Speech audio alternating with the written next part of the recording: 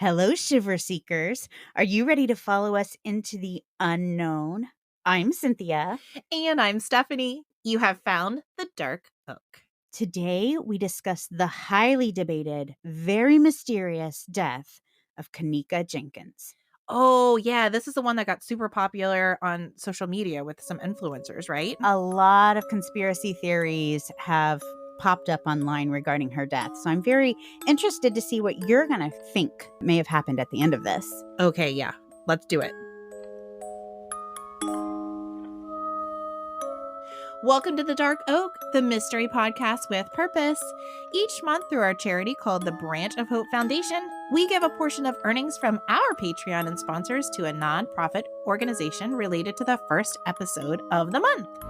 To find out how you can be part of the movement, head over to thedarkoak.com or stay with us until the end of the episode and we will give you all the details. Well, here at the Dark Oak, we cover unsolved cases. Now, technically, the death of Kenneka Jenkins has been ruled an accident. However, thanks to social media, this case has been surrounded by conspiracy theories since it happened in 2017. Go online and type in Kenneka Jenkins murder or Kenneka Jenkins cover up, and you will be taken down a rabbit hole, the likes of which you may have never seen.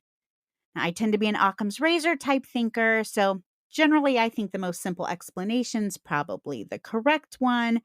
However, there are just enough odd happenings surrounding this case to make even me wonder if there might be more to the story. Let me take you back to September 8th, 2017. It's around 11:30 p.m. and 19-year-old Kenneka Jenkins borrowed her mother's car, and in it she drove 3 of her girlfriends to a birthday party that was being held in a room at the Crown Plaza Chicago O'Hare Hotel in Rosemont, Illinois. This is the hotel at the airport, right? The Yes. O'Hare Airport. Okay, so big metropolitan area, big hotel, pretty popular, I'd imagine. Yes. Well, this party was held on the 9th floor in room 926, which interestingly had been booked using a fraudulent credit card. Now, that has no known effect on our story, but I just thought I would mention it. Oh, so clearly the hotel staff didn't know this at the time. I'm assuming no. I've never worked in a hotel, but I would assume that they found that little piece of information out later. Yeah. Whoopsie. Yeah. Now, do you remember those nights back in your youth? Mine obviously wasn't that long ago, when you didn't even start getting ready until 11 or midnight? Yes. The Okay. night was young. That's right. Back when we were. Well, that's what Kenneka and her friends were doing, because it was after midnight when Kenneka was seen on surveillance footage entering the hotel with her friends. And she was wearing ripped jeans, a white bra that she was wearing as a top, and a cropped denim jacket. Okay. And in this initial footage, all 4 girls appear to be mentally sound. They appear to be sober. They're seen entering an elevator, presumably headed to this party on the 9th floor. Okay. They had all rode there with Kenneka in Kenneka's mom's car. Correct. Now, this birthday party was for their friend Irene Roberts, and it's reported that more than 30 people attended this party, which again was being held in a hotel room, like the kind of hotel room you rent for the night. Okay, so this wasn't like a suite or like a penthouse. This is just a regular old room that a bunch of young people are piling into to have a party. You got it. Okay. Now, some of my sources mentioned maybe a second hotel room that I don't know may have been used at some time. But either way, there's a lot of people in a small space. The people are, overflowing into the hallway. And it got pretty wild with more than one noise complaint, being called down to the hotel staff. I would imagine so. Sure. Yeah. A little after 1 a.m., Kenneka either texted or called her sister, who was not at the party. I've seen it reported both ways, a text and a call, but we do know this is the last outside contact Kenneka would have with anyone outside of the hotel. At 1:36 a.m., Irene Roberts, the birthday girl, goes Facebook Live from the hotel room. And this video lasts a little over 6 minutes, and in it you can hear several conversations going on in the background. It does not really seem like the party's going hard yet. There's a lot of just like distracting, background sound. I personally couldn't isolate any of it. You mean like separate conversations or anything? right. So is she kind of like narrating what's going on at the party? It is, and it doesn't seem like the party's really started. There's no like loud music or anything. And again, she's really the only one that you can clearly see on screen, but it seems like maybe there's 5 or 6 people also in the room having their own little conversations. Okay. It doesn't seem like a like full-on rager yet. Okay. It is reported that we hear Kenneka on that video at least once. Oh, okay. So she was just enjoying the party at that time, from all we know. It appears so, Okay. based on the audio from this video. Isn't social media incredible? I mean, think about this. What did we do before we had phones like this? It's both good and bad because it's great for evidentiary purposes sometimes, but it's also such a double-edged sword because it can take you to such dark places, but it can also be really helpful. I don't know that many people would have even heard of this case had it not been for social media. Yeah, true. It's just interesting to see how it can affect things. Yeah. Now, later in the night, talking about social media, there are more Snapchat videos and Facebook Live videos made by other partygoers. And in them, you can see Kenneka in the background, and all seems well. Just after 3 a.m., Kenneka and her friends decide to leave the party. And they leave the hotel room and they start to walk to the elevator bank. But once they get there, Kenneka realizes that she left her cell phone and her mom's car keys back in the hotel room. So Kenneka's friends leave her there by the elevators, and they walk back to the party to retrieve the items, leaving Kenneka there alone. Okay, that seems like a big oops to leave your mom's car keys and your cell phone back at the party. Well, at this point, Kenneka is very, very intoxicated. Oh, I mean, we can see her on surveillance footage, and she's having a hard time even standing up, having a hard time walking. Like, she is very, very under the influence of something at this point. So I can understand why she left that stuff. I can also actually understand why her friends wouldn't have wanted to take the time to walk her back to the party because she was struggling so much. What I have a hard time understanding is why nobody stayed with her. And all 3 of the girlfriends went back to the party, leaving Kenneka there alone, especially in that state. Even if she were sober, girls should have buddy systems, especially in scenarios like this. But leaving her there so heavily intoxicated, to me, seems like a real mistake. Yeah. So they got to the elevator. She said, I don't have keys to leave. And clearly none of them can leave because she drove. Right. So they know they've got to go back to the party. But all 3 of the girls left her there clearly under the influence of something. Correct. It's not the best situation. It is a mistake. And again, it absolutely is a mistake. Now, from what I know of this case so far, it sounds like hindsight's 20/20 too. I personally don't know that there was any malicious intent. Yeah. But definitely a mistake. Definitely a mistake. Either way, the girls went back to the hotel room without Kenneka, leaving her there. And the friends say that they were gone for no more than 10 or 15 minutes. But when they came back, Kenneka was nowhere to be found. I'm sure at that moment they realized, oh, okay, that was a mistake. I mean, that's the moment the light bulb goes on, right? For no other reason other than now we have to find our friend. She's our right. We can't take her mom's car. Right. But yes, I'm sure at that point there was probably like why did we make this choice? I assume they were probably drinking as well. So maybe they weren't thinking very clearly. I don't know that anybody really knows exactly what these kids were doing. I say kids, again, they're young adults, but I don't know that we really truly know what. There may have been other circumstances that led to that decision. Right. And I don't know how much they'd been drinking or if they'd been doing anything else. So they may or may not have had clear minds. But, at this point, they're realizing, I think at this point, we just have to kind of lay judgment aside. Sure. And say, it is what it is. Sure. You got it. But also, girls, guys too, don't leave your inebriated friends by themselves. No. Ever. Never.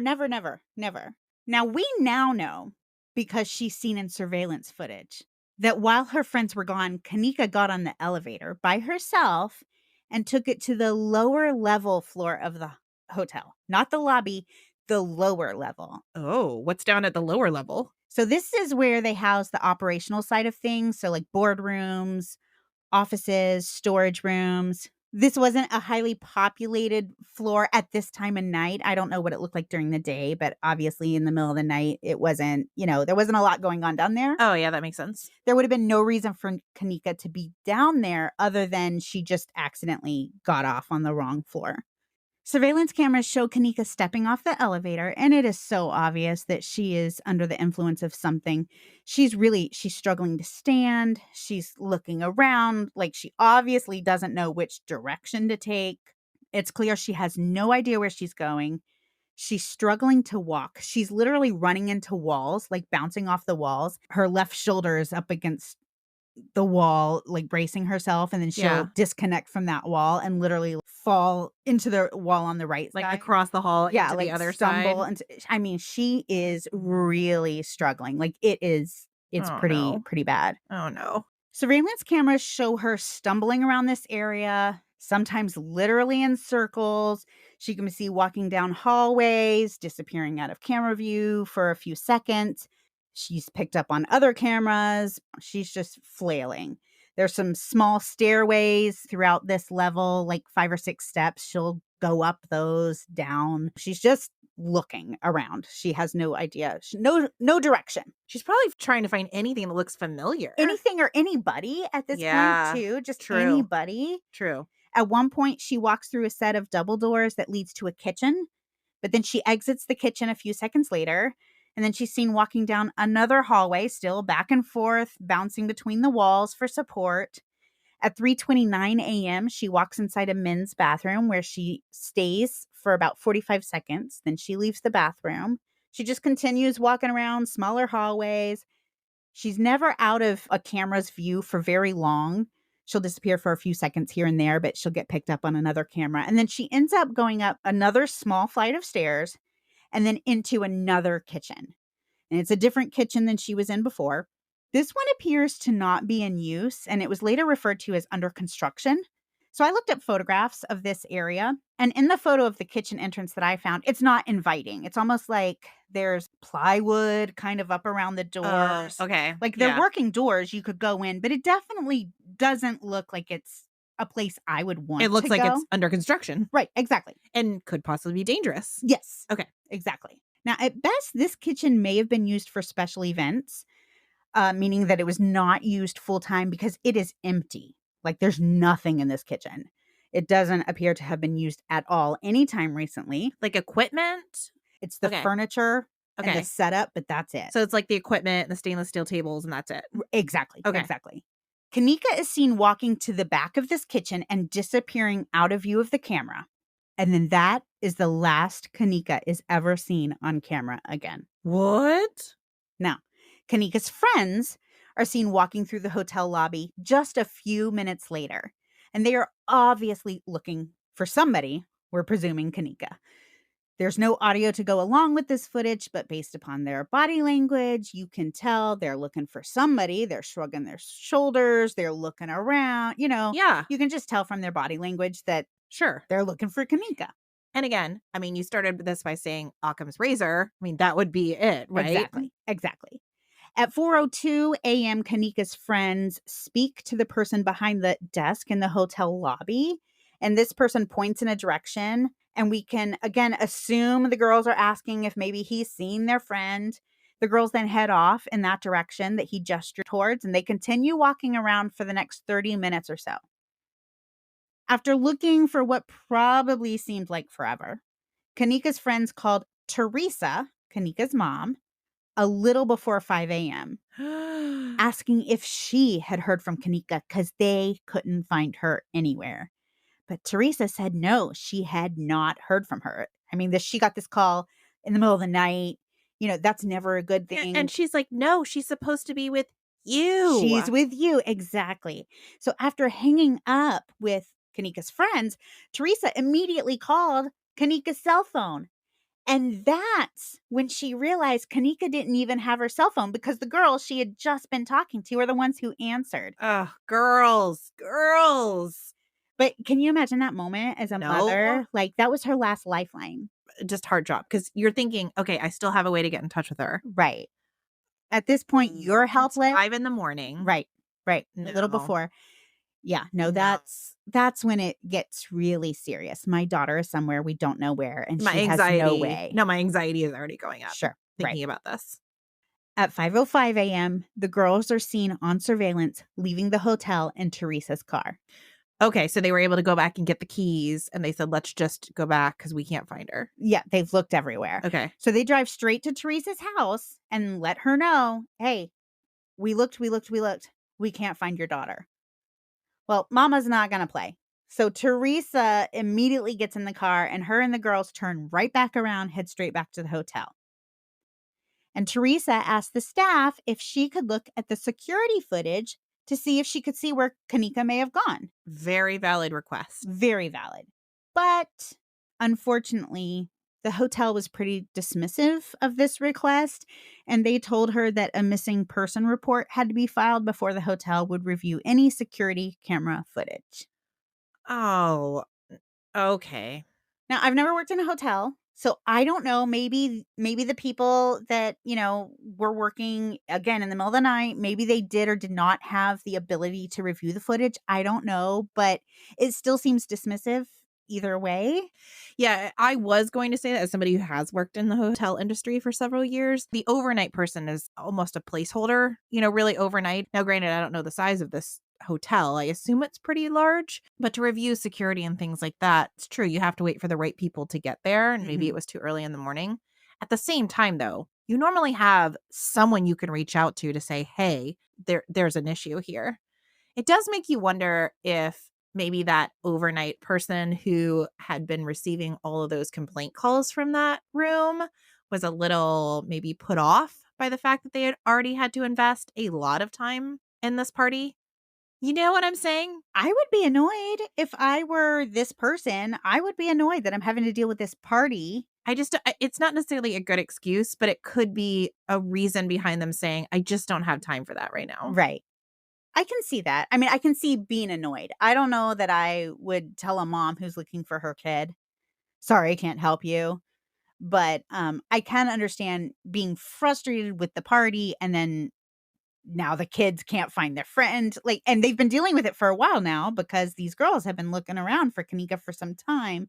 So I do feel like when a really determined mom gets in your face, though, you got to change your game plan a little bit. Well, it's not just kids anymore. That's exactly right. It's not just kids anymore. Now it's a mom saying, my daughter's missing. Yeah. You got to get serious. Right. So Teresa called the police. Hey, if we need a missing person report, fine. Let me get on that. Yeah, like you said, she's not playing. She is not playing. So she calls the police and she tells the dispatcher that her daughter is missing. And she asked him to send someone out so that the police could review the footage. She tells the dispatcher that the story that she was hearing from Kenneka's friends didn't really sound right. She said she was worried because they did tell her that Kenneka had had a cup of liquor, but she personally knew that Kenneka couldn't really tolerate liquor. In fact, their whole family they're just lightweights, I guess. Okay, they have yeah. a drink and it would just really affect them. So the fact that Kenneka had had anything to drink at all really bothered her. Oh, okay. The dispatcher told Teresa that even if he did send an officer out to take a look at the CCTV footage, it would take a while to pull the footage and then get it over to the detective department. So she should just go home and relax. Okay. No. I mean, a single front desk person that doesn't have access to security footage, that maybe can't read the room, that's one thing. An actual dispatcher who is arguing with a mother who's saying, my possibly inebriated daughter went missing in a hotel. Nope. Different ballgame. And I've literally listened to this phone call more than once, and he absolutely is just, oh, she's probably just passed out somewhere. She was at a party. She just got drunk and passed out. She's going to show up. Like, he absolutely did not take this seriously. Dismissive. And we've talked about this quite a few times with just in general missing persons cases. I feel like there should be a test. There are some personality types that do wander off. They absolutely do. And then there are those personality types that would never disappear without letting their family members know. And it sounds like Kenneka falls into that category, super close with her mom and would not wander off. Right. She was a good kid. Yeah. She was a really good kid. But despite that, the dispatcher told Teresa that Kenneka was an adult. She'd only been missing for a couple of hours, and she's probably just, like I said, off with a friend or passed out in a hotel room. So Teresa should just give it a couple hours and see if she turns up. Now, this is frustrating because we do know that in missing persons cases or really any kind of crime, those first few hours are the most important. Like, Yeah. that's your best chance to have a good outcome. So the fact that he's just really sitting on this is just really frustrating to me. Yeah, definitely. Teresa continued to express her concern that Kenneka didn't have her cell phone on her. And she went as far as to tell the dispatcher that Teresa herself was recovering from surgery. And so there's no way Kenneka would have willingly left her cell phone because she was staying very near that phone in case her mom needed help. You know, she left her back at home after having the surgery. She was going to have her phone near her so she could be reached. Yeah, even more confirmation that Right. she is in touch with her mother. Exactly. But the dispatcher just told her if she didn't hear from Kenneka by 10 or 11 that morning, she could call back, set up a time to come by the station, and file a missing person report. No, I'm sorry, sir. That's not going to work. I know. It's really, it just makes me so angry. I have no other words other than just how angry this makes me. Now, Stephanie, you and I, we often talk about how we are mothers first. And as mothers, we're over here getting angry, and we can totally understand why Teresa was not going to take no for an answer. So she decided if the police weren't going to do anything and the hotel staff wasn't going to do anything, she was. So she started searching that hotel herself. Yeah. She was knocking on guest room doors. And at one point, someone associated with this search, so friends, family, somebody. So she recruited friends and family. She did. Well, she had the girls with her. Right. I don't know how many other people may have kind of probably even some other people from the party. Exactly. Yeah. But somebody actually pulled the fire alarm. Oh, to make people come out of their rooms? Yes.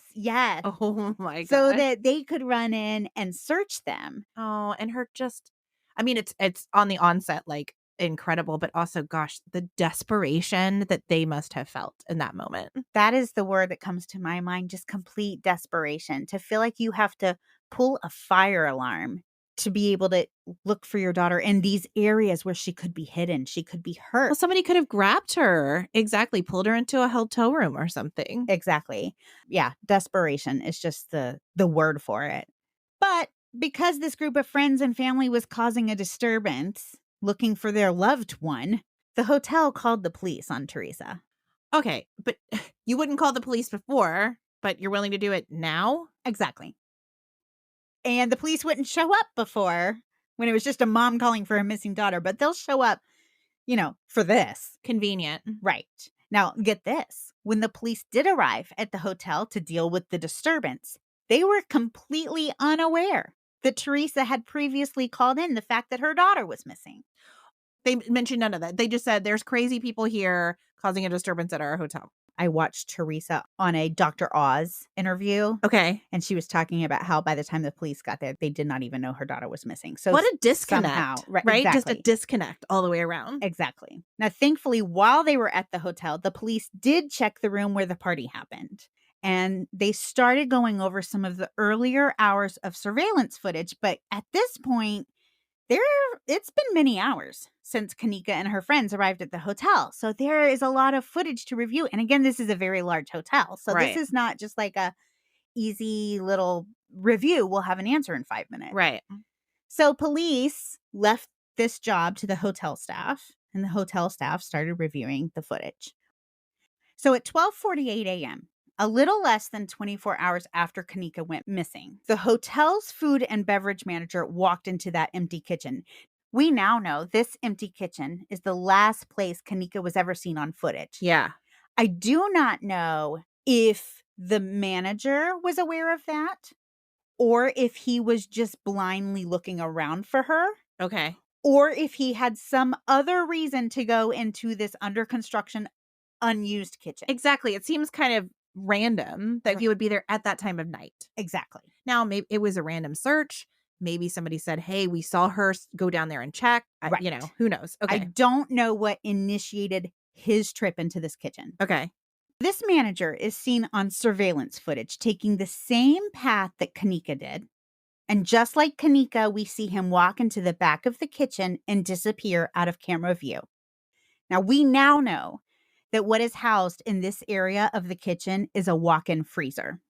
Now, this man then quickly reappears on the surveillance footage, and this time he appears to be in a bit of distress. He had opened the freezer door, and when he did, he found Kenneka. Oh, okay. She was laying on her side with her face down. Her hair was disheveled. Her body and belongings were dirty. Her jacket was pushed up, revealing her abdomen and back. One of her shoes was off, but in the freezer with her. The freezer light was off, meaning the interior of the freezer would have been pitch black when the door was closed. The button that would have opened the door from the inside, allowing Kenneka to leave the freezer, appeared to be untouched. The freezer was 10 degrees, and Kenneka was frozen solid. Okay, now I'm in a bit of distress. What a horrible scene. Horrible scene. Oh, Kenneka. Now, somehow I find this so upsetting, but when her daughter's body was found, Teresa was still at the hotel looking for her. So she was taken into a private room in the hotel where Teresa was then notified of her daughter's tragic death. And this was caught on surveillance footage. So the actual room where she was told, to my knowledge, there's no footage, but we see a group of people taking her into a room, and just seconds later, Teresa is seen running out of the room. She's running through the lobby and out of the front door, screaming and inconsolable. It's heart-wrenching, as you would expect. I mean, just out of her mind with shock and grief and disbelief. My heart goes out to her for sure. Felt. Yeah. Teresa was given a bag of Kenneka's belongings, and she is then taken into the kitchen to identify her daughter's body. Oh, Cynthia. Isn't that weird? Okay, that seems... Wow. I thought it was weird. That seems torturous. I That's the word that keeps coming up. It's just torturous and unnecessary. Why does she need to identify her there? And is that even protocol? I mean, I don't know. I have to assume it all happened pretty quickly because, again, it was a hotel staff member who found her, not the police. So I kind of assume that the police maybe even aren't there yet. Really? Well, I mean, I'm just assuming. I really, truly don't know. But it is bizarre. I will give you that. It's bizarre. Yeah. Teresa left the hotel at 5:12 a.m. And from the parking lot of the hotel, she posted a video to Facebook sharing that her daughter was dead and had been found in the hotel freezer. And during that video, she would say, quote, "No one did anything to her," end quote. I don't really know what that means, but it is something that does come back later on, her saying nobody did anything to her. From the way you've described how Kenneka was found, it doesn't sound like she has any obvious injuries or anything like that. So maybe that's what she meant. I interpret it that she meant it was an accident, is how I interpret it. Okay. I have seen photos of Kenneka's body. There's actually photos of her in the freezer. Ooh, I don't know about that. Yeah, it's rough. I wasn't looking for them, but they Yeah. just came up when I was researching. And by looking at her, you know, it's hard to know, but there's no obvious signs of an attack or anything like that. Okay. So I can see, especially if they are reviewing the footage and it does appear that Kenneka maybe just walked into the freezer and then that's where she was found. I can see where she may have been led to believe nobody did anything to her. Right. Okay. No fingerprints were taken in the freezer or the general area where Kenneka was found. Because again, it appears to me that hotel staff and police are looking at this like it was an accident. So from the very beginning, everybody looked at it like an accident. From the very beginning, hotel staff and police looked at it as if it was an accident. Ooh, okay. All right. I got it.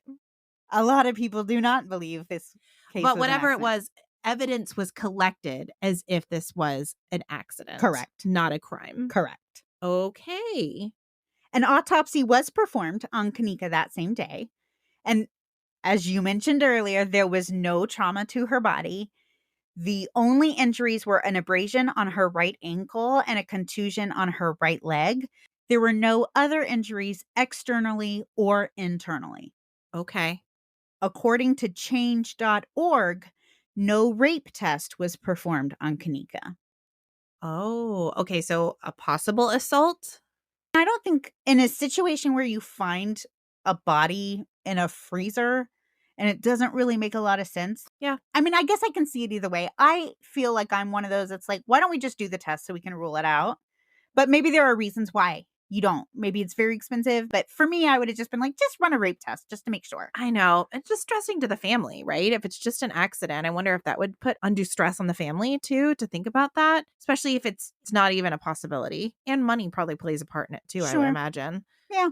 But then again, you always have these little straggling questions in cases like this where people aren't satisfied. Why wasn't this treated like it could have been a homicide? In this case, I will say it would be really nice if we could definitely say Kenneka had not been raped at any point during this evening. And we cannot say that because we don't have a rape test. It's so safe to say having some kind of rape kit evidence would be a nice to have at this point. I think so. Yeah. The toxicology report showed that Kenneka had caffeine, alcohol, and a drug called topiramate in her system. Now, topiramate is a broad spectrum anticonvulsant drug that is used by people who have seizures, but it can also be used to prevent migraines. This drug can be used by some to treat bipolar disorder, PTSD, mood disorders, eating disorders, or used for weight loss. The use of alcohol and marijuana can heighten the side effects of topiramate, and those side effects include dizziness, drowsiness, and lack of coordination. You are not supposed to drive or operate heavy machinery when you are on this drug. Now, Kenneka's blood alcohol level was 0.112, which is over the legal limit of 0.8, but it's not so high that it really explains why Kenneka appeared as intoxicated as she did. But maybe the presence of topiramate does explain why she seemed so intoxicated. I listened to your list of things that topiramate treats. Is it used as a party drug at all? Or Not, this is purely just a clinical drug? not typically, it does not appear to be used for any kind of a. So it's not like a recreational use. recreational- There's no like side effect that kids would be looking at. So it would appear she's using it for some kind of medical reason, Correct. but we have no idea why. No idea. Okay. And her mother is going to have some problems with the fact that this was found in her system. I'll tell you a little bit about that later. Okay. It does sound odd. Right. The autopsy report listed Kenneka's cause of death as hypothermia due to cold exposure in a walk-in freezer with ethanol and topiramate intoxication as significant contributory conditions. Her manner of death was ruled an accident. More than 1,000 people attended Kenneka's funeral. People who had never even met her attended because they felt like they knew her after following her story, because immediately after news of her death broke, it went crazy on social media.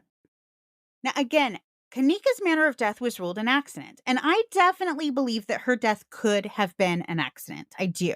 But as I mentioned at the top of the episode, there are just enough things that don't make sense surrounding her death. So almost immediately after Kenneka's death, social media blew up with conspiracy theories about what may have actually happened that night.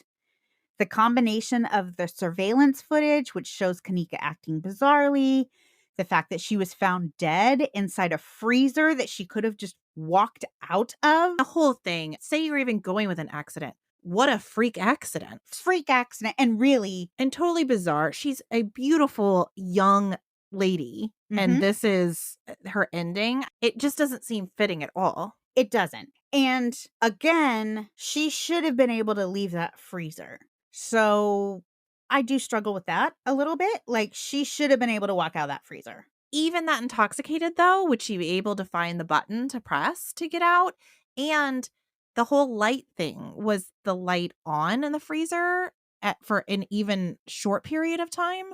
Or if it just went straight to black, how would you even know where to go? To my knowledge, the light was not on, or there was no light. It said there was no light in the freezer, or Yeah. the light wasn't on. So it would have been pitch black. I've never been inside a walk-in freezer, Right. but I would think if I were trapped in one, I'd be doing everything I could to try to get out, intoxicated or not.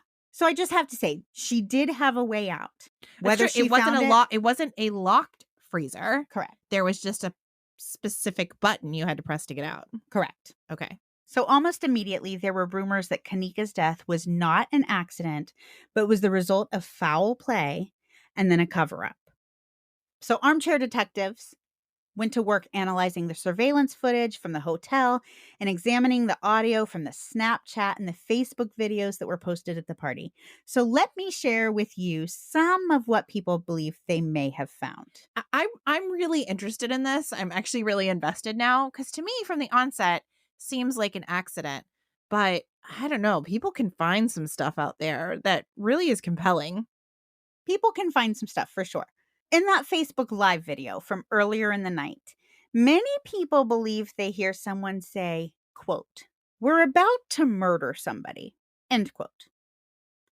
There's also speculation that if you look really closely, you can see something happening in the background.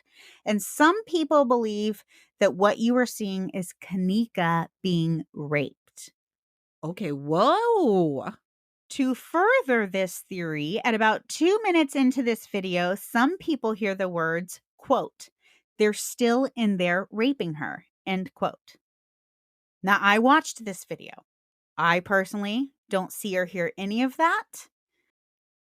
At the very end of this video, there is what sounds like a whimper. Now, this I do hear, okay? Oh, okay. Now, some people think this is Kenneka saying, "Help me." I don't hear that, but I do hear like a sound of a whimper. However, as soon as I hear this, immediately music starts to play. I don't know the song. So for all I know, it's literally part of the song. I don't know. Okay. I cannot say what it is. I cannot say that it's somebody calling for help, but I do hear this sound that could definitely be a cry or a whimper. And then music starts playing immediately. So is somebody crying and they start to play music to cover up the sound of someone crying? Maybe. Is it part of the song? Maybe. Is it just somebody goofing off in the background? Maybe. I don't know.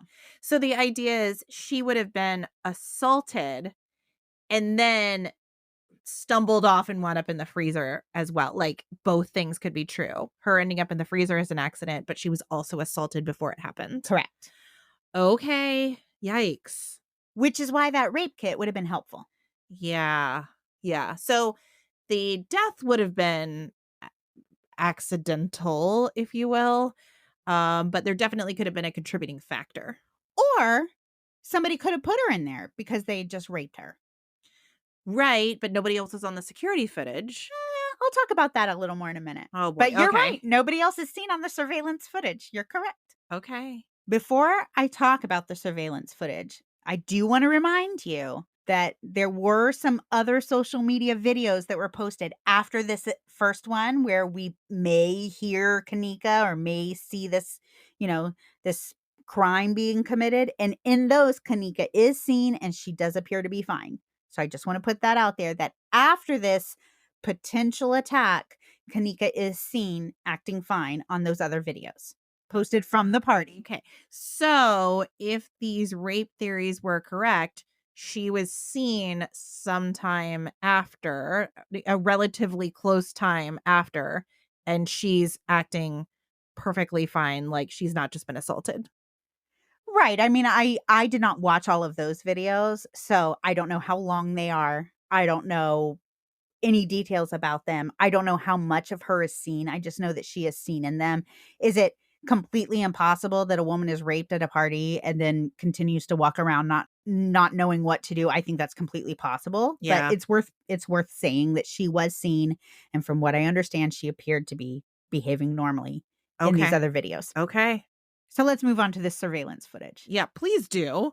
Well, let me tell you, if you go on YouTube right now and you type in Kenneka Jenkins surveillance footage, you can spend the rest of the day watching people breaking down their theories of what we might actually be seeing. I want to go see this footage now. Oh, let me tell you about some of the ones that were interesting to me, but there are so many. I would not have time to tell you about all of them. Okay. But there was one video I watched, and it's a video of someone watching the surveillance video. And this person believes they see a man in blue wearing a white hood, or so like a blue and white hoodie. Okay. And this man is allegedly watching Kenneka and acting suspiciously when she walks by, when she's down there in that lower level. So this is what we originally thought was the previously uninhabited lower level of the hotel. Now they're thinking maybe there may have been a man down there. Again, these are armchair sleuths. But Okay. these armchair sleuths, there is a video of someone saying, look at that man there in that hoodie, watching her, acting suspiciously as she walks by. Now, I watched this video. Personally, I don't see it. Oh, so what this armchair sleuth thought was a person could have been some inanimate objects put together that kind of looked like a person? I think it could have been maybe a hoodie like hanging on a coat rack or something. Okay. I think it could have been something to that effect, some kind of inanimate object. Again, we're talking about grainy surveillance footage in the middle of the night. So I was surprised that they could tell it was blue and white. right. So could it be a person? I guess potentially. I didn't see them move. To me, it looked more like an inanimate object, but Okay. this person really believed they Really were seeing believe that. a Okay. human being watching her. Okay. There's another video where Kenneka is standing at two intersecting hallways. They like make a T and they stand, these hallways intersect. And in this footage, Kenneka's kind of standing in the corner. So she's standing right next to what would be just off camera or hidden behind a wall. Okay. And there is something. It could be a disturbance in the footage, like a pixelating kind of thing. That could be what we're seeing. Okay. So as you're looking at her, something happens to the screen. You're looking at her and she's standing right next to a wall. We cannot see what's behind the wall. Okay. Okay. And something is seen moving beside her body Okay. from behind this wall. Ooh, like poltergeist. Could be a poltergeist. It could be the footage just pixelating. Okay. Again, we're talking grainy footage here. Okay. Some people think what we're actually seeing is a hand coming from behind the wall, like a person standing just out of view of the camera and trying to grab Kenneka. Now, I did watch this video. I do see the little disturbance behind the wall. Yeah. I don't know what it is. Okay. That is disturbing. It is disturbing. Yikes. In another video, Kenneka is seen walking and stumbling around, and she's looking up. She's looking like straight up. Her head is almost falling backwards, just like looking up into the sky. But again, it's in a really like bizarre way. Like she can't even hold her head up. So just that alone is distressing looking because it's Oh. unnatural. Yeah, I don't think I want to see these now. That's especially to know these are some of like her last moments. This is hard. It's hard. It's hard. But because this video of her is so strange looking, because her behavior is so strange looking, some people believe that this is not Kenneka we're looking at, that maybe somebody else is dressed up as her, or something is moving around. Okay, well that just took a turn. That took a turn, Cynthia. Again, you watch the video and you decide what you Like think a you body are seeing. snatcher. Oh.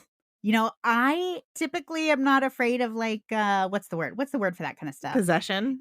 Possession and even like alien encounters and stuff like that. Okay, Like yeah. that's not something that I put a Yeah. whole lot of weight in, but you know what? A lot of people think those are real possibilities that they can absolutely happen.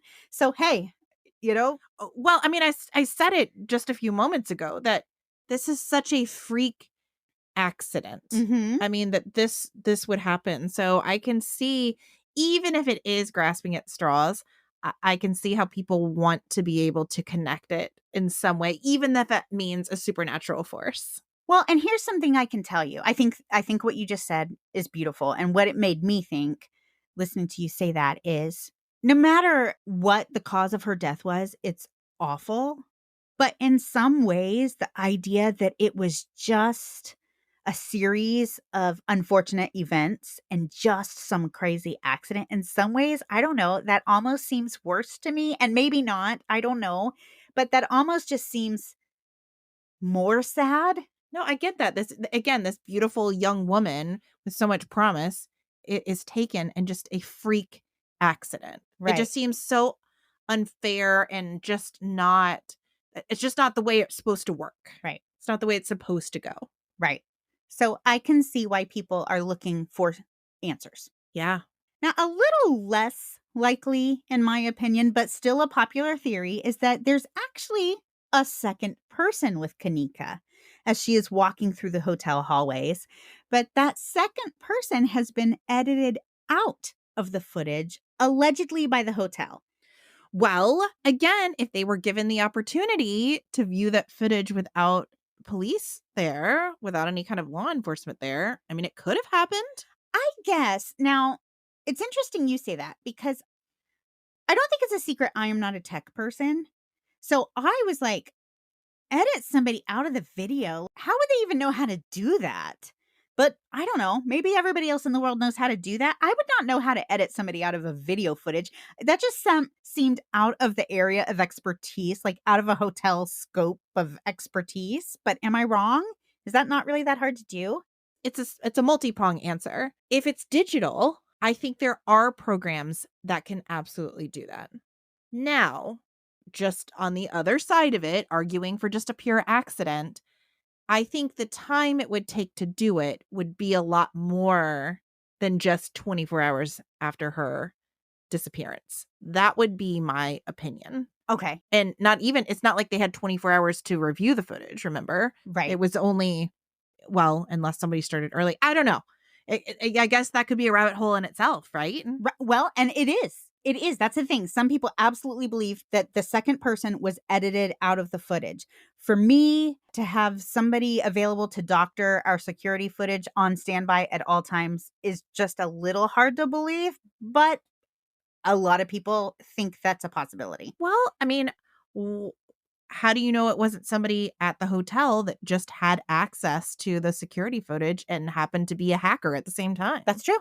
I don't know that. It could be overnight cleaning staff or something that just knew how to do it. That's true. People have all kinds of hidden talents. Now, I don't know what the motive would be, unless, of course, somebody from the hotel was involved in her death. That's the only motive I could think of. Same here. But is that out of the realm of possibility?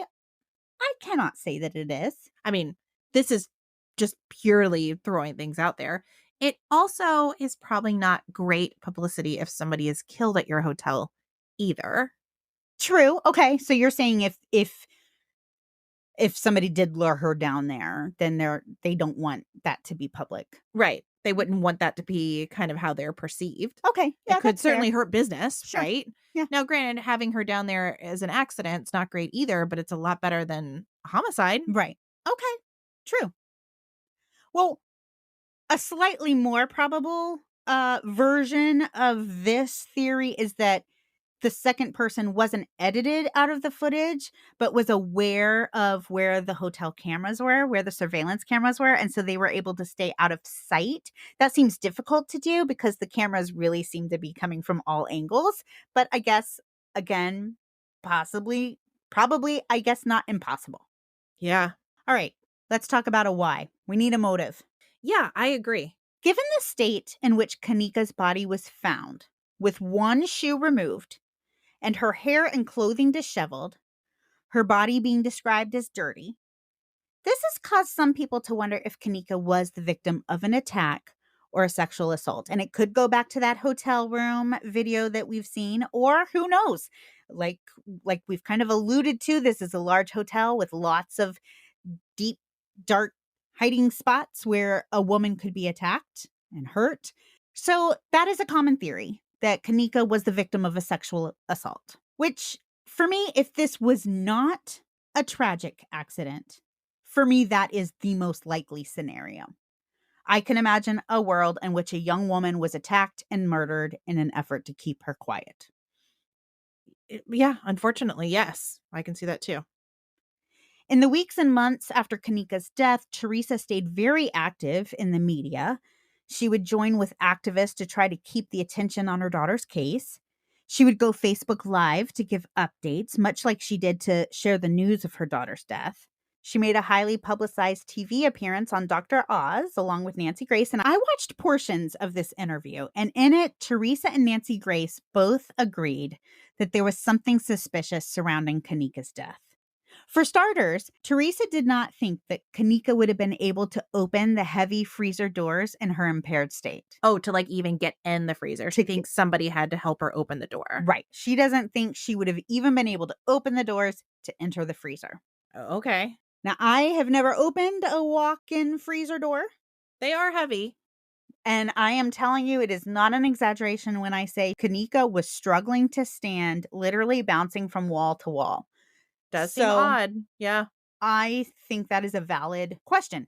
Okay, fair. How did she open those doors? Fair. But let's say that she did somehow find the strength and coordination to open that freezer door.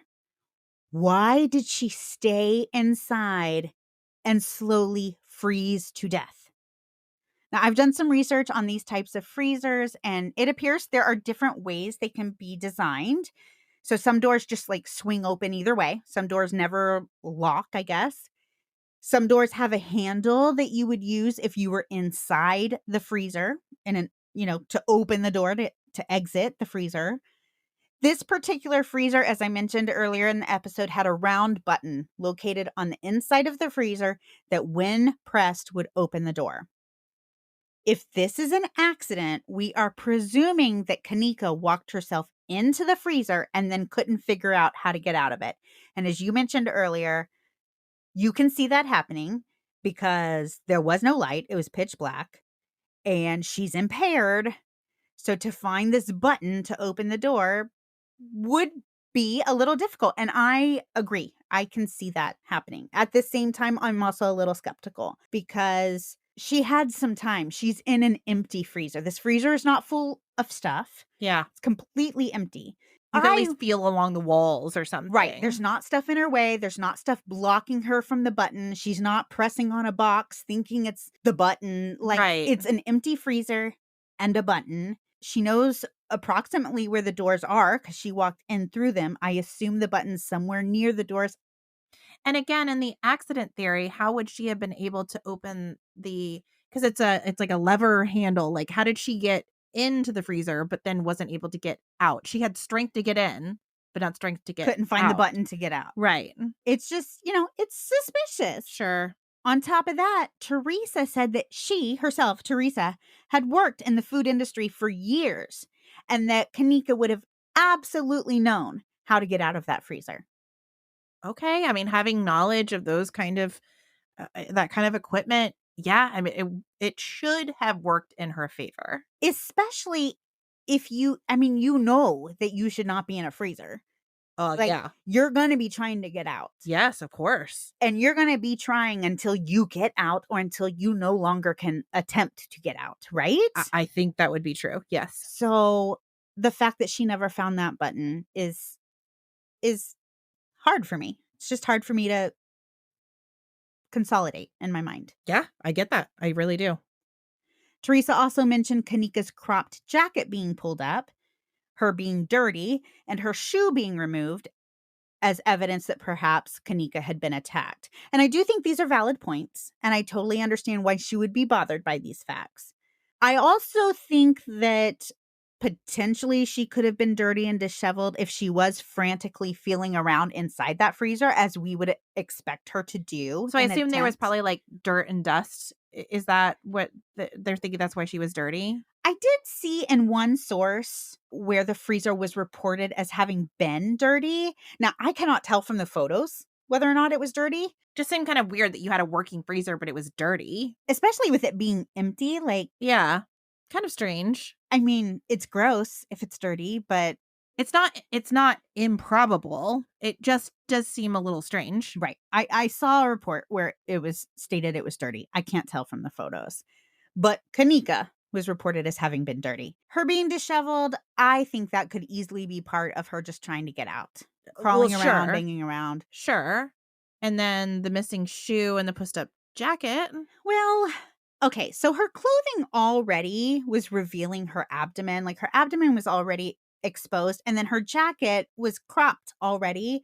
So, again, I personally don't put a whole lot of weight into that. I feel like, again, that could have just been where she, how she ended up after trying to get out. Okay. Her shoe being removed is bizarre. I can't really understand why that happened.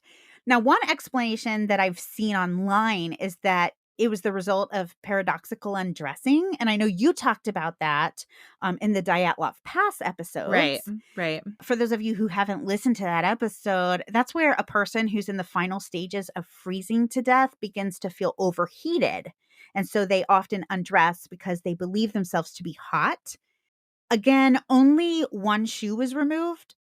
So if that was what was happening there, I guess we're in the early stages of it. I don't know.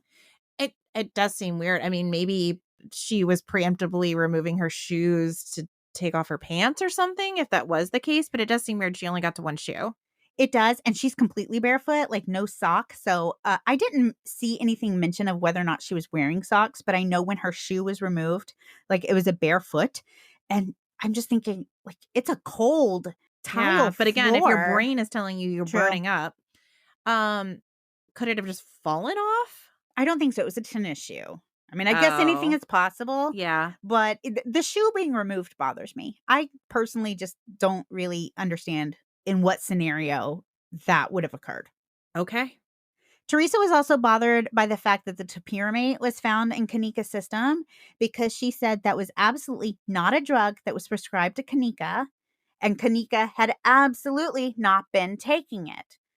So she believes that the medication was given to Kenneka on the night of her death. Again, we talked about it earlier. This medication is not typically used recreationally, and the amount found in her system showed that the medication had been taken over a period of time. It did not appear to be a one-time use. So I don't know. Is it possible her mom just didn't know all of the medications she was taking? I mean, I think that would be fair to say in this scenario. Everybody's got secrets. Right. And I don't know the why. To my knowledge, she doesn't struggle from any of the health issues that this particular drug is prescribed for. I think you added on at the end one of the other uses as like weight loss, but she was already so fit. I don't know. Even that seems strange. For the use for migraines. So I get migraines, but it isn't something like you have a headache and then you take the pill and it makes it go away. It's something you take regularly to help prevent migraines. But again, I would expect that her mom would say, oh, well, she did have a history of migraines. That doesn't seem like something you would want to hide from your mother. Right. And this doesn't seem like the kind of drug you would hide from your mother. I can understand, maybe you don't want your mother knowing you're taking birth control or mood enhancing drugs or things like that. I don't know why you would keep this particular drug from your mother when you're close to her. So I too have questions about where did this topiramate come from? Even some of the mental health concerns that it treats. All of them, it seems like her mom would have been aware of them. They seem to be very close. I understand completely why Teresa questions the It's definitely strange. Definitely strange. So let's talk about the major theories here.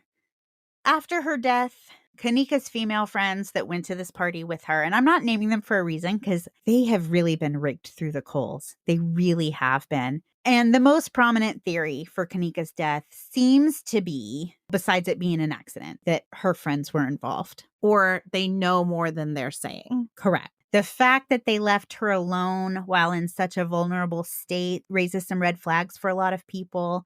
And the theory that seems to really follow them is that maybe Kenneka was sexually assaulted. And so her friends either killed her or allowed her to be killed because they either knew of the assault or they allowed the assault. Maybe they didn't assault her themselves, but they allowed it to happen. They were afraid that they might get in trouble, something along those lines. Sounds horrible. I don't think her friends were involved. I personally don't. But it is a pretty prevalent theory Yeah, and I I will feel like we say have to mention it. that security footage we have of them, they're acting like people that have genuinely lost their friend. Now, granted, there's no audio with it, but they spent hours looking for her. Right. I with you. I really don't think they're involved. At least not these friends that went with her. Do I think some other people at the party could have attacked Kenneka or not been friends or done something Yeah. to her? Absolutely. Do I think other people at the hotel who had no affiliation with this party and Kenneka and her friends could have done something to her? Absolutely. Right. I don't think her girlfriends did. Right. Another variation of her friends being involved is the theory that they sold her to someone, either to be sexually assaulted or possibly that they sold her to an organ trafficking ring. What? Let's talk about this organ trafficking ring. So apparently Chicago has a high incidence of organ trafficking. In What? fact, in one of my sources, it was referred to as the organ trafficking hub, which is terrifying. How is that even a thing?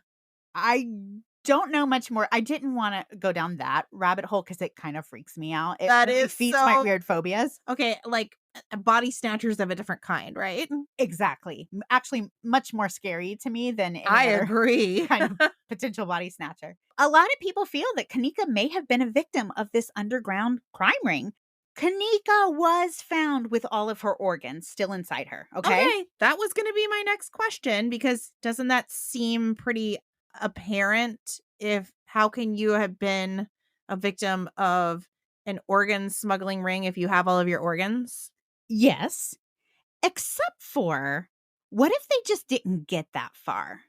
I mean, she was found in a freezer, which I don't know much about organ harvesting, but if you were trying to harvest organs and you were not able to do it immediately after the person's death, would a freezer be the type of place you might put that person? Possibly, but at a well-trafficked hotel? Probably not. Probably not, but this particular freezer wasn't well trafficked. Okay, fair. But again, It is oh, connected to God. the airport, which is Okay. easy in and out. I mean, Okay, Cynthia. I don't necessarily think this is what happened, but I think it's worth mentioning. Now, I will tell you, just to tell you how deep these things go. This rumor went so far as to accuse a celebrity, and I do know which celebrity, who did have an organ transplant in Chicago around the same time as having stolen Kenneka's organ, which we know that didn't happen because, again, she did have all of her organs. And we know who did donate their organ for this celebrity.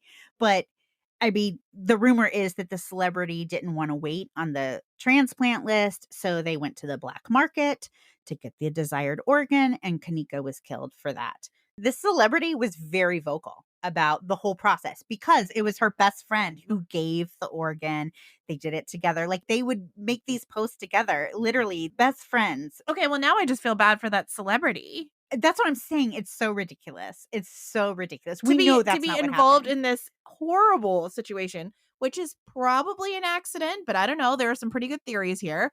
To be involved in this young person's death, to be anyway linked to it, it's horrible. To say that you had her killed because you didn't want to wait on a transplant list. It's horrible. Horrible, right? Teresa Martin filed a $50 million lawsuit against the Crown Plaza Hotel, and in 2023, they reached a settlement for over $6 million. In this lawsuit, Teresa accused hotel staff of negligence and failing to do enough to find her daughter before she died. She said that hotel and security staff did not review video footage from their in-house cameras quickly enough to find her daughter in an under-construction kitchen.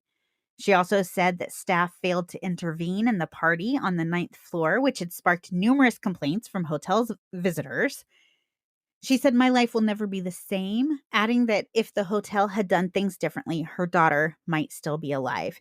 And this leads me to the biggest mystery of the case. Whether Kenneka's death was the result of a tragic accident or something more sinister, I personally do not understand how humans can be so unhelpful when we are talking about other human beings. Starting with the hotel staff, moving on to the police dispatcher, how do we not take a missing 19-year-old girl seriously?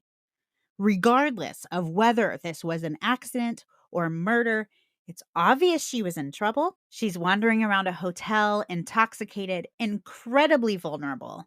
There are thousands of places where someone could be hiding her, hurting her, and no one seemed to really care.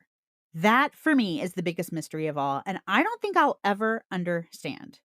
I find it sickening to know that from the moment Kenneka walked into that freezer, hotel staff were already aware that she was missing.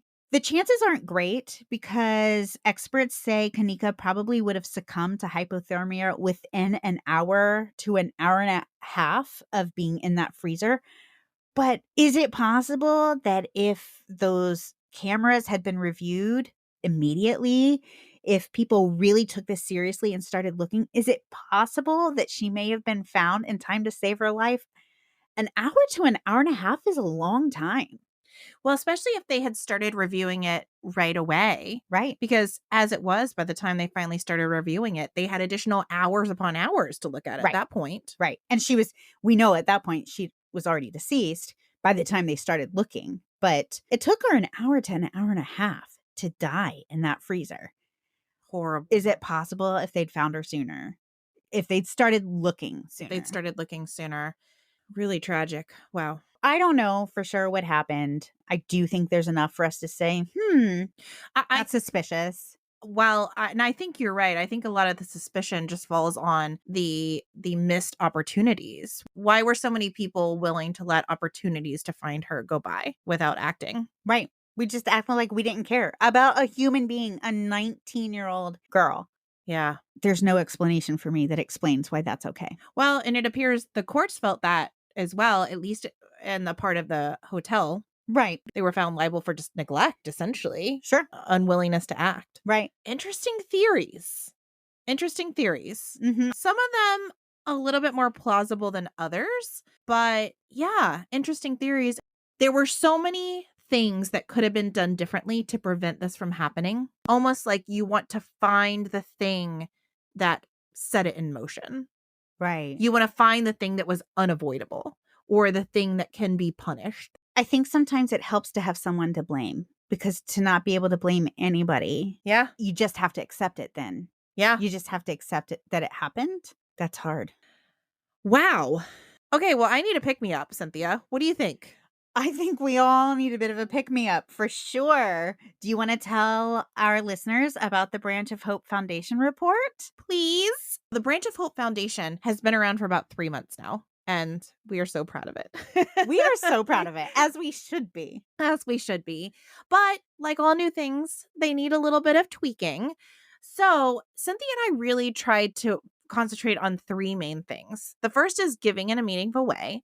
The second is increasing the dollar amount given to each organization we choose to sponsor. And the third is making it easy for you, our shiver-seeking listeners, to participate, share, and to give. The true stories we tell on this podcast, they provide us with entertainment and excitement, but we always want to remember that there's a real person, just like Kenneka. All these conspiracy theories and things, we don't want to lose sight of the fact that Kenneka was a wonderful, lovely young lady, and her mother is an important part of this as well and was important to her. And we're talking about theories, but we want to be able to give back to some of these communities. And the Branch of Hope is the way that we've chosen to do that. In light of this, Cynthia and I have decided to change the structure of the Branch of Hope Foundation a little. Instead of featuring 2 nonprofit organizations each month, we're only going to focus on 1. We believe this will allow us to bring more awareness and financial support to each individual organization and really give them a chance to shine. This month in March, our Branch of Hope Foundation featured nonprofit organization is the Lindsay Buziak Walk for Justice, which we covered on the first episode of the month. So if you haven't listened, go back, take a listen to it. Know a portion of our proceeds are going to that Walk for Justice for her family, If you want to give additionally, you absolutely can. I know many of these organizations work together to support each other, families supporting each other, organizations supporting each other, bringing about new legislation to help folks. I know even in Lindsay Buziak's case, she's one of the big reasons why a lot of the protocol for real estate agents changed was because of her murder. They've been able to help spread awareness and keep other real estate agents safer in the future. Absolutely. We're still simply a podcast leading through words and actions, and we want to make sure your voice is heard. If you love this episode, loved us, or love what we're doing at the Branch of Hope Foundation, please like and subscribe and tell somebody. Forward this episode to a friend who might like it. And you can also join our Patreon, which will allow us to keep creating and connecting with you. You also get to be part of this community. You get to chat with Cynthia and I on a special Facebook page. You also get a live with us. A lot of stuff where you can get plugged into the great stuff that we're doing here at the Dark Oak. Well, send us an email at thedarkoakpodcast@gmail.com. We are open to your questions, your comments, and anything else you want to share. For other ways to connect, hop over to thedarkoak.com. And be sure to follow us to our next episode where we cover the burning car murders. Oh my gosh. It is a historic case, so I know not everybody loves those, but you are going to want to listen to this one. We need your help on finding the identity of a victim. I don't think that I've heard of the burning car murders, but just the name alone, the burning car murders, pretty terrifying, Stephanie. It's wild. Come back. I will. I know you have to. I get to. You get to. All right, Shiver Seekers. We'll see you next week. Have a good one. Bye. Bye-bye.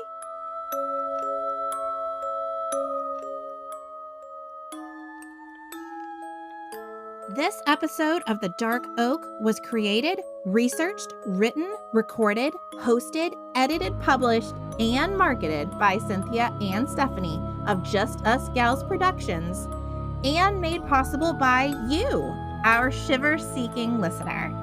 Special thanks goes to Justice Himes for our incredible artwork and Ryan Creep for our amazing music.